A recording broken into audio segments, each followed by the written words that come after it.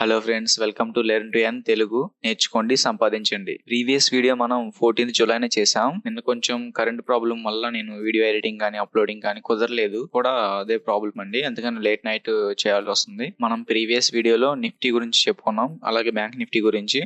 Present Nifty గురించి చూద్దాం. Nifty 50 అనేది ఈ ఏరియాలో సపోర్ట్ తీసుకుంది. 25,000 అనేది మంచి సపోర్ట్. ఈ జోన్ లో 25,000 నుంచి 25,070 వరకు ఇది ఒక జోన్ అండి. ఇది అప్ సైడ్ బ్రేక్అవుట్ ఇచ్చి క్లోజ్ అయింది కాబట్టి మనకి ఈ ఏరియాలో దొరికితే bullish side first 15 minutes candle ఒక హై గాని బ్రేక్ అయితే మనం అప్ సైడ్ కి ప్లాన్ చేసుకోవాలని చెప్పాము. అలాగే ఒకసారి చూద్దాం ఫ్రెండ్స్. సో ఇది ఎస్టర్డే మార్కెట్ గురించి అనమాట. ఎస్టర్డే వీడియో చేయడం కుదరలేదు, సో ఎలక్ట్రిసిటీ ప్రాబ్లం వల్ల కుదరలేదండి. వీడియో చేసి ఎడిటింగ్ అదంతా కూడా చాలా టైం పట్టింది కాబట్టి కుదరలేదు. ఇవాళ కూడా కొత్త లైన్స్ అవి వేస్తున్నారండి మా ఏరియాలో. సో కరెంట్ అనేది ఎర్లీ మార్నింగ్ తీసి ఈవినింగ్ ఇస్తున్నాడు. ఈవినింగ్ 9 అలా వస్తుంది.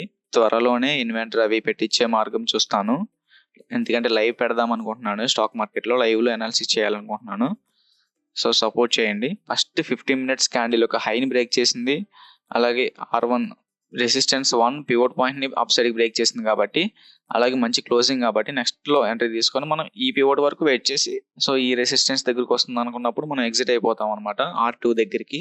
ఇంకా మార్కెట్ ఫాలో అవనియండి, మనకి అదంతా ఇంకా అనవసరం. ఇంకెందుకు మన టార్గెట్ రీచ్ అయింది. తర్వాత మనం మళ్ళీ ఈ R2 అనేది కానీ అప్ సైడ్ బ్రేక్ అయితే మళ్ళీ అప్ సైడ్ కి మనం ప్లాన్ చేసుకోవచ్చు అనమాట. అప్ సైడ్ బ్రేక్ ఇస్తుందా అని వెయిట్ చేస్తూ చూస్తూ ఉండాలి అంతే.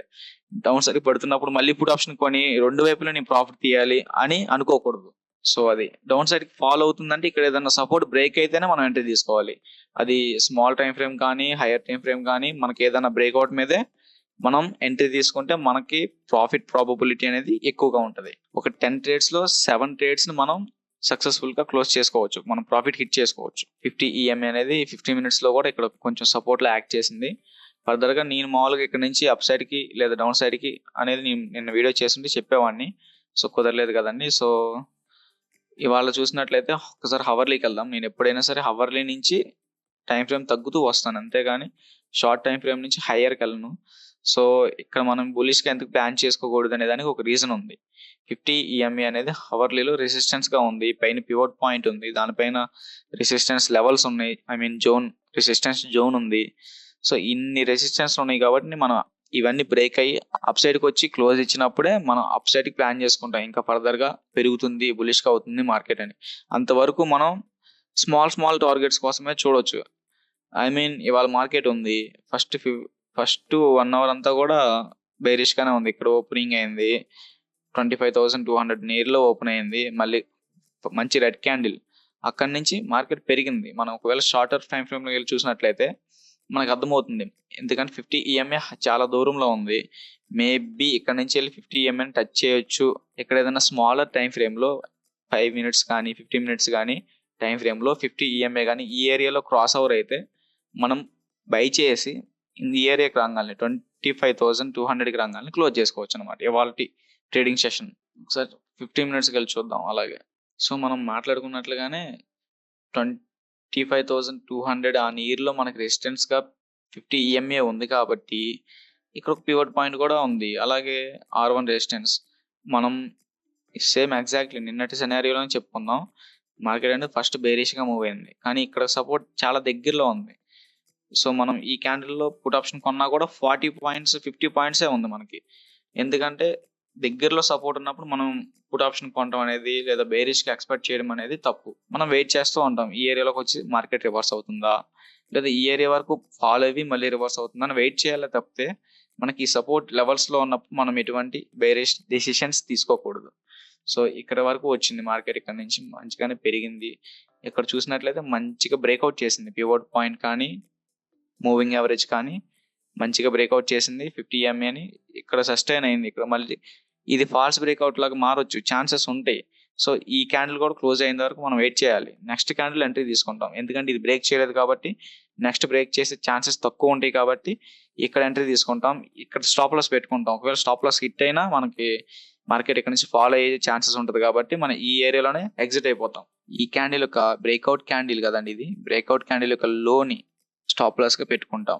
ఒకవేళ మార్కెట్ ఇక్కడ నుంచి రివర్స్ అయినా మనం తక్కువ లాస్ తోనే ఎగ్జిట్ అయిపోతాం అనమాట. ఒకవేళ మనకి ఏదైనా పని ఉండి మాన్యువల్ గా మనం ఎగ్జిట్ అవ్వలేము మార్కెట్ ఈ ఏరియాకి వచ్చినప్పుడు అనుకున్నప్పుడు మనం దీన్ని క్యాలిక్యులేట్ చేసుకోండి. మనం ఎక్కడ ఎంట్రీ తీసుకున్నామో అక్కడ నుంచి మనం ఏది స్టాప్ లాస్ అనుకుంటున్నాం అక్కడ వరకు చూసుకొని 26 పాయింట్స్ ఉంది. 26 పాయింట్స్లో ఒక 15 పాయింట్స్ మనం స్టాప్ లాస్గా అక్కడ ప్లేస్ చేసుకుంటాను. 70 పాయింట్స్ వరకు నిఫ్టీ 50 అప్ సైడ్కి మూవ్ అయింది కాబట్టి మనం ఎడ్దాం అనేది కొంటే ఒక 30 పాయింట్స్ వరకు మనం ఈజీగా ప్రాఫిట్ తీసుకోవచ్చు అండి. So 15 points stop loss, 30 points target. So ఇది 1:2 రిస్క్ రివార్డ్ అనేది మనకి ఇక్కడ వర్కౌట్ అవుతుంది. సో ఇవాళ మార్కెట్ అనాలిసిస్ ఇది. మనం రేపటి ప్రిడిక్షన్ గురించి చెప్పుకోవాలంటే ఒక్కసారి మళ్ళీ 1 అవర్కి వెళ్దాము. 1 అవర్ టైం ఫ్రేమ్లో కానీ మనం చూస్తే ఇక్కడ ఫస్ట్ ఆఫ్ ఆల్ మళ్ళీ మనం ఇక్కడ నుంచి ఈ హై నుంచి ఈ లో వరకు ఒక ఫిబొనాచి రిట్రేస్మెంట్ డ్రా చేసుకుందాం. మనం ఏదైతే 50 EMA ఇక్కడ రెసిస్టెన్స్ గా వర్కౌట్ అయిందో సేమ్ ఏరియాలో 0.382 లెవెల్ అనేది రెసిస్టెన్స్ గా ఉంది. సో మనం ఆల్రెడీ కాల్ ఆప్షన్ కొని ఉంటే మనం ఈ లెవెల్ దగ్గరికి వచ్చినప్పుడు ఎగ్జిట్ అయిపోవాలి అనేది ఒక రూల్ అండి. ఫస్ట్ ఆఫ్ ఆల్ ఎగ్జిట్ అయిపోతే సేఫ్ గా ఉంటాం. సో ఇక్కడ నుంచి నిఫ్టీ 50 అప్ సైడ్ కి వెళ్ళాలంటే 50 EMA ని అప్ సైడ్ కి బ్రేక్అవుట్ చేయాలి. అలాగే ఈ 0.382 ఫిబొనాచి రిట్రేస్మెంట్ లెవెల్ ని అప్ సైడ్ కి బ్రేక్అవుట్ చేయాలి. ఈ జోన్ ఉంది కదండి మనకి 25,300 to 25,350. సో ఈ ఏరియా అంతా కూడా ఒక జోన్ గా తీసుకోండి. 25,350. సో ఈ 350 ఎవో వస్తేనే మనం అప్ సైడ్ కి మార్కెట్ ఎక్స్పెక్ట్ చేయాలి. అంతవరకు బేరిష్ గానే ఉండే ఛాన్సెస్ ఎక్కువ. సో అప్ సైడ్ కి ఏమో ఇప్పుడు అప్పుడే మనం ప్లాన్ చేయము. ఒకవేళ మార్కెట్ ఈ ఏరియాలో ఓపెన్ అయ్యి కన్సల్టేట్ అయినా సరే మనం తొందరపడి అప్ సైడ్ కి తీసుకోకూడదండి. ఈ ఏరియాలో కూడా మన అప్ సైడ్ ప్లాన్ చేసుకోవద్దు. అంటే ఇవన్నీ బ్రేక్ చేసి క్లోజింగ్ ఇచ్చినా సరే మనకి వెంటనే రెసిస్టెన్స్ ఉంది కాబట్టి కొంచెం వెయిట్ చేసి ఎంట్రీ తీసుకుంటే మంచిది. లేదు మార్కెట్ ఇక్కడ నుంచి ఈ రెసిస్టెన్స్ ని ఫేస్ చేసి డౌన్ సైడ్ ఫాలో అవుతూ ఉంది, ఏ లెవెల్స్ బ్రేక్అవుట్ అయితే మనం బేరిష్ గా ఎంట్రీస్ తీసుకోవచ్చు.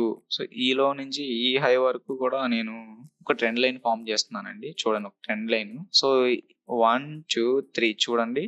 ఈ లెవెల్ కూడా బ్రేక్అవుట్ అయితే, ఈ ట్రెండ్ లైన్ కానీ బ్రేక్అవుట్ అయితే ఈ రెసిస్టెన్స్ జోన్ కూడా బ్రేక్అవుట్ అయ్యి డౌన్ సైడ్ కి ఫాల్ అయ్యే ఛాన్సెస్ ఉంటాయి. నిఫ్టీ 50 ఆల్మోస్ట్ ఒక 100 పాయింట్స్ వరకు మనకి ఇస్తుంది కాబట్టి నేను ఒక 40 to 50 ఈ గ్యాప్ లో ఎగ్జిట్ అయిపోతాను. చూసుకొని మార్కెట్ ఈ నియర్ లోకి వచ్చిందంటే ఎగ్జిట్ అయిపోతాను. ఒకవేళ లేట్ ఎంట్రీ దొరికిందంటే కొంచెం ఒక 2 లాట్స్ ఎక్స్ట్రా పెట్టుకొని మార్కెట్ ఈ సపోర్ట్ రేంజ్కి వచ్చినప్పుడు ఎగ్జిట్ అయిపోతాను. 20-30 పాయింట్స్ అయినా పర్లేదు. ఒకవేళ మనకు మంచిగా ఈ ఏరియాలో దొరికింది అనుకోండి 50 పాయింట్స్ వరకు ఎక్స్పెక్ట్ చేయొచ్చు. సో నిఫ్టీ 50 అనాలిసిస్ అయితే ఇది. రేపటి ప్రిడిక్షన్ కూడా మాట్లాడుకున్నాం. బ్యాంక్ నిఫ్టీ ఇలా అప్ సైడ్ కి మూవ్ అయ్యే ఛాన్సెస్ ఉంది అని చెప్పి మనం ముందుగానే మాట్లాడుకున్నాం. 14th జూలై వీడియోలో మాట్లాడుకున్నాం. 15th చెప్పాను కదండి, కుదరలేదు వీడియో చేయడం. సో మార్కెట్ కానీ ఈ రెసిస్టెన్స్ జోన్ ని, పివోట్ పాయింట్ ని 50 EMA అప్ సైడ్ బ్రేక్అవుట్ చేస్తే ఖచ్చితంగా ఈ జోన్ కూడా బ్రేక్అవుట్ చేస్తుంది అని చెప్పి మనం ఆ వీడియోలో గట్టిగా మాట్లాడుకున్నాం. చూడండి. అలాగే ఇక్కడ నుంచి ఫాల్ అయితే ఎక్కడ వరకు మనం టార్గెట్ పెట్టుకోవచ్చు, ఫాల్ అయిన తర్వాత ఎలా ఎంట్రీ తీసుకోవాలి, ఎన్ని పాయింట్స్ టార్గెట్ పెట్టుకోవాలి, ఎక్కడ స్టాప్ లాస్ పెట్టుకోవాలి అనేది కూడా క్లియర్ గా మాట్లాడుకున్నాం. సో మనం ఫస్ట్ మాట్లాడుకున్నట్లు మార్కెట్ రెసిస్టెన్స్ అన్నిటిని బ్రేక్ చేసింది. ఈ జోన్ దగ్గరకు వచ్చి కొంతసేపు వరకు ఆగింది. ఐ మీన్ 1 అవర్ కదండి ఇది, 1 అవర్ 2 అవర్స్ 3 అవర్స్ ఆగింది. ఇక్కడ మళ్ళీ జోన్ అప్ సైడ్ కి వెంటనే బ్రేక్ చేయలేక ఫాలో అవి మళ్ళీ 50 EMA దగ్గర సపోర్ట్ తీసుకొని ఆ రోజు ఇంతటితో క్లోజ్ అయిపోయింది. ఆ రోజు ఇక్కడ మనకి పెరుగుతుంది అని ఒక చిన్న ఇండికేషన్ ఇచ్చి 3:30 కల్లా క్లోజ్ అయిపోయింది. ఈ రోజు మార్కెట్ వచ్చేసి ఎస్టర్డే ఎవరైతే ఇది మంచిగా ఇక్కడ నుంచి బులిష్ ఇండికేషన్ అని చెప్పి బై టుడే సెల్ టుమారో అనే స్ట్రాటజీని ఫాలో అయ్యి ఉంటారో వాళ్ళకి మంచిగానే ప్రాఫిట్ వచ్చి ఉంటది. సో ఈ రోజు వచ్చేసి ఫాలో అవ్వకుండా 1 2 3 టైమ్స్ మనకి 50 EMA అవర్లీ టైం ఫ్రేమ్ లో ఫాలో అవ్వకుండా సపోర్ట్ గా నిలబడింది. సో వెంటనే ఒకవేళ ఫాల్ అయినా మళ్ళీ పివోట్ పాయింట్ సపోర్ట్ ఉంది, మళ్ళీ జోన్ సపోర్ట్ ఉంది. సో ఇన్ని సపోర్ట్లు మళ్ళీ బ్రేక్ చేసి డౌన్ సైడ్ కి ఆల్రెడీ ఇవన్నీ బ్రేక్ చేసింది కదా, ఇవన్నీ బ్రేక్ చేస్తే ఇది కూడా బ్రేక్ చేస్తుంది అని మనం మాట్లాడుకున్నాం కదా. సో నేనైతే ఈ ఏరియాలోనే ఎంట్రీ తీసుకున్నాను. ఈ ఫాలింగ్ లోనే లేదంటే ఈ హైలోనే ఎంట్రీ తీసుకొని ఈలో స్టాప్ లాస్ పెట్టుకున్నాను. స్టాప్ లాస్ హిట్ అయ్యి ఉండేది. తర్వాత మళ్ళీ ఇక్కడ బ్రేక్అవుట్ ఇచ్చింది కదా, నేను అనుకున్న జోన్ బ్రేక్అవుట్ ఇచ్చింది కదండి మార్కెట్. 11:15 కి స్టార్ట్ అయిన క్యాండిల్ 12:15 క్యాండిల్ మనం ఎంట్రీ తీసేసుకుంటాం. సో ఇక్కడ ఎంట్రీ తీసుకుంటాం. ఈ ఓపెనింగ్ ప్రైస్ ని మనం స్టాప్ లాస్ గా పెట్టుకుంటాం. ఇక్కడ నుంచి చూసినట్లయితే 160 పాయింట్స్ వరకు మార్కెట్ మూవ్ అయింది. 160 పాయింట్స్ అంటే మనం అర్థం అనేది కొంటాము. ఒక 40 పాయింట్స్ 45 పాయింట్స్ ఈజీగా మన టార్గెట్ అనేది హిట్ అవుతుంది. సరే, మనం రేపటి అనాలిసిస్ చూసినట్లయితే బ్యాంక్ నిఫ్టీది నేను ఎక్కడి నుంచి బులిష్ గానే ఎక్స్పెక్ట్ చేస్తానండి.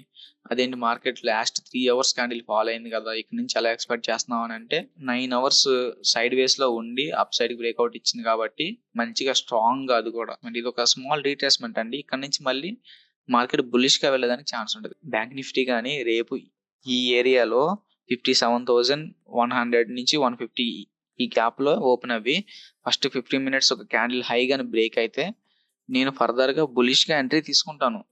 బులిష్గా ఎంట్రీ తీసుకొని at the money call option కొని ఇది కూడా బ్రేక్అవుట్ చేస్తుందని ఎక్స్పెక్ట్ చేస్తాను. ఒకవేళ బ్రేక్అవుట్ చేయలేక ఫాల్ అయితే స్టాప్ లాస్ హిట్ అవుతుంది. ఒకవేళ స్టాప్ లాస్ హిట్ అయిన తర్వాత కూడా మళ్ళీ ఈ పివోట్ పాయింట్ కానీ బ్రేక్అవుట్ చేస్తే మాత్రం ఈ R1 పివోట్ పాయింట్ కానీ బ్రేక్ అయితే మనం R2 వరకు వెయిట్ చేయొచ్చు. అది 450 వరకు ఉంది. సో మనం ఒక 400 పాయింట్స్ మనం ఒక లేట్గా ఎంట్రీ తీసుకున్నా ఒక 400 పాయింట్స్ వరకు మనకి దొరికే ఛాన్స్ ఉంది. అలాంటప్పుడు మనం ఏం చేస్తామంటే ఒక at the money call option కొంటాం కాబట్టి ఒక 200 నుంచి 250కి టార్గెట్ పెట్టుకొని ఈ గ్యాప్లో మనం క్లోజ్ చేసుకుంటాం. మార్కెట్ కానీ బులిష్గా ఉంటాయి. ఇక్కడ నుంచి బేరిష్గా ఉండే ఛాన్స్ లేదు, నేను అయితే ఎక్స్పెక్ట్ చేయట్లేదు. ఒకవేళ రేపు ఈ సపోర్ట్ జోన్ కానీ బ్రేక్ అయితే 50 EMA సపోర్ట్గా ఉంది కాబట్టి మళ్ళీ అక్కడి నుంచైనా రివర్స్ అయ్యే ఛాన్స్ ఉంది. ఐ మీన్ అక్కడి నుంచైనా బులిష్గా మారే ఛాన్స్ ఉంది. సో ఇది కూడా బ్రేక్అవుట్ అయినా మళ్ళీ ఇక్కడ పివోట్ పాయింట్ సపోర్ట్ ఉంది, ఇక్కడ నుంచి మళ్ళీ రివర్స్ అయ్యేదానికి ఛాన్స్ ఉంటుంది. దాని తర్వాత మనం మాట్లాడుకున్న జోన్ ఏదైతే మనకి 15 జూలైన నిన్న బ్రేక్అవుట్ చేసిందో స్ట్రాంగ్గా ఆ జోన్ సపోర్ట్ ఇస్తుంది. సో ఇన్ని సపోర్ట్లు ఉన్నాయి కాబట్టి నేను బేరిష్గా ఎటువంటి ప్లాన్ చేయట్లేదు బ్యాంక్ నిఫ్టీకి. అలాగే మీకు ఏదన్నా పర్టికులర్ స్టాక్ అనాలిసిస్ కానీ లేదా ఇండిసెస్ ఇంకా సెన్సెక్స్ ఉంది, ఫిన్ నిఫ్టీ ఉంది, మిడ్ క్యాప్ నిఫ్టీ ఉంది. సో వీటిని కూడా అనాలిసిస్ కావాలంటే మీరు కామెంట్ చేయండి, నేను చేస్తాను. పర్టికులర్గా నేను నిఫ్టీ 50 బ్యాంక్ నిఫ్టీని ఎందుకు చేస్తానంటే ఇవి నేను లాస్ట్ 7 yearsగా నేను చూస్తూ వస్తున్నాను కాబట్టి ఇవి నాకు బాగా తెలుసు. సో మనకి ఏదైనా ఒక స్టాక్ని కరెక్ట్గా అనాలిసిస్ చేయడం వచ్చినా చాలు ఫ్రెండ్స్, మనం డబ్బులు సంపాదించుకోవచ్చు. అందుకే నేను వేరే అన్నిటిని అనాలిసిస్ చేసి టైం ఎందుకు వేస్ట్ చేసుకోవడం. ఇప్పుడు నిఫ్టీ 50లో ఉన్నది బ్యాంక్ నిఫ్టీలో ఉంటుంది, అలాగే ఫిన్ నిఫ్టీలో, అలాగే సెన్సెక్స్లో ఉంటుంది. కొంచెం స్లైడ్లీ ప్రైజెస్ తేడా ఉంటాయి, వాటి యొక్క బిహేవియర్ అనేది కొంచెం తేడా ఉంటుంది, కానీ అన్నీ ఇంచుమించు ఒకేలా ఉంటుంది. నిఫ్టీ 50 బ్యాంక్ నిఫ్టీ ఈ రెండింటిని అనాలిసిస్ చేసినా సరిపోతుంది. ఇవి ఇచ్చినప్పుడే మనం ప్రాఫిట్ని తీసుకుంటాం. ఒకవేళ ఇవి కానీ సైడ్ వేస్లో ఉంటే మనం వెయిట్ చేస్తాం, ఆ టైంలో రెస్ట్ తీసుకుంటాం మంచిదనమాట. వేరే స్టాక్స్ని లేదా వేరే ఇండెక్సెస్ని వాటన్నిటిని అనాలిసిస్ చేసి అనవసరంగా స్ట్రెస్ ఫీల్ అయ్యే బదులు మనం ఈ రెండింటిని అనాలిసిస్ చేసుకుంటూ చక్కగా పీస్ఫుల్గా మనం మనీ ఎర్న్ చేసుకోవచ్చు. ఇది నా ఒపీనియన్ అనమాట. ఒకవేళ మీరు ఏదైనా పర్టికులర్ స్టాక్స్ని లేదా ఇండిసెస్ని అనాలిసిస్ చేయమంటే కామెంట్ చేయండి, నేను ఖచ్చితంగా చేస్తాను. సో ఇది ఫ్రెండ్స్ ఇవాళ వీడియో. అనాలిసిస్ కానీ ప్రిడిక్షన్ కానీ మీకు నచ్చినట్లయితే లైక్, షేర్, సబ్స్క్రైబ్. జై హింద్.